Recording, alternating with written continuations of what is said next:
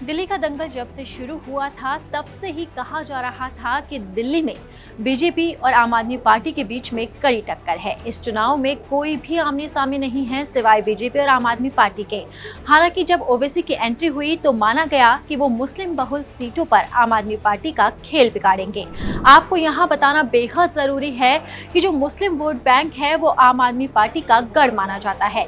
पिछले 10 सालों में जब भी आम आदमी पार्टी ने जीत हासिल की है तब मुस्लिम वोट बैंक ने आम आदमी पार्टी का साथ दिया है। लेकिन इस बार ओवैसी ने इस चुनाव में एंट्री मारकर ये दावा ठोका था कि इस बार मुस्लिम वोट बैंक हमारा होगा और हम ही यहाँ पर जीत दर्ज करेंगे।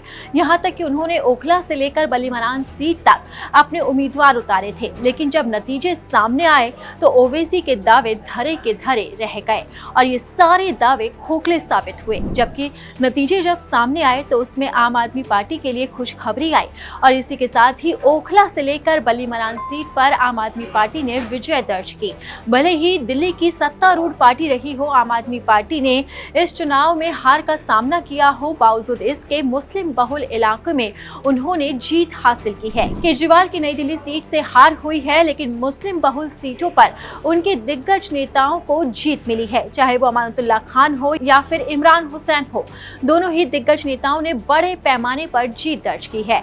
ये जीत ओवैसी के लिए करारा झटका है, क्योंकि ओवैसी ने चुनाव की शुरुआत में ही कहा था कि केजरीवाल और बीजेपी दोनों ही एक दूसरे से मिलजुल कर काम करते हैं और दोनों की साठ-गांठ है। इसी के साथ ही उन्होंने मुस्लिम वोटर्स को संदेश भी दिया था कि इस बार आप हमें जिताइए।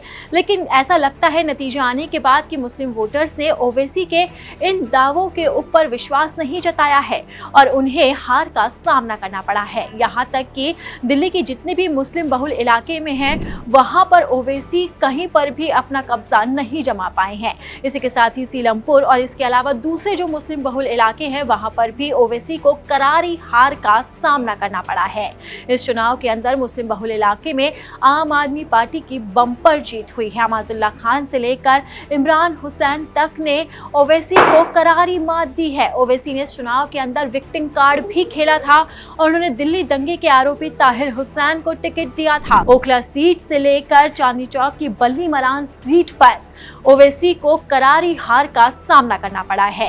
ये नतीजे साफ जाहिर करते हैं कि ओवैसी को इस चुनाव में जीत हासिल नहीं हुई है और जो उन्होंने वादे किए थे, जो दावे किए थे, वो सभी खोखले साबित हुए हैं। इसी के साथ ही मुस्लिम बहुल इलाकों में आम आदमी पार्टी को बड़ी जीत मिली है और ये उसके लिए कहीं ना कहीं संजीवनी की तरह काम भी करेगा, क्योंकि दिल्ली चुनाव के अंदर आपको बुरी हार का सामना करना पड़ा है।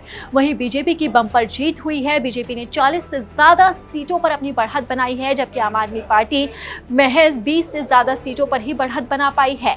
12 साल से आम आदमी पार्टी का दिल्ली की सत्ता पर राज था, लेकिन अब 27 साल के बाद बीजेपी ने दिल्ली की सत्ता में वापसी कर ली है। जहां एक तरफ बीजेपी खुशी से झूम रही है तो वहीं आपके नेता निराश हैं, लेकिन वहीं कहीं ना कहीं दूसरी तरफ ओवैसी को इस चुनाव में तगड़ा झटका लगा है।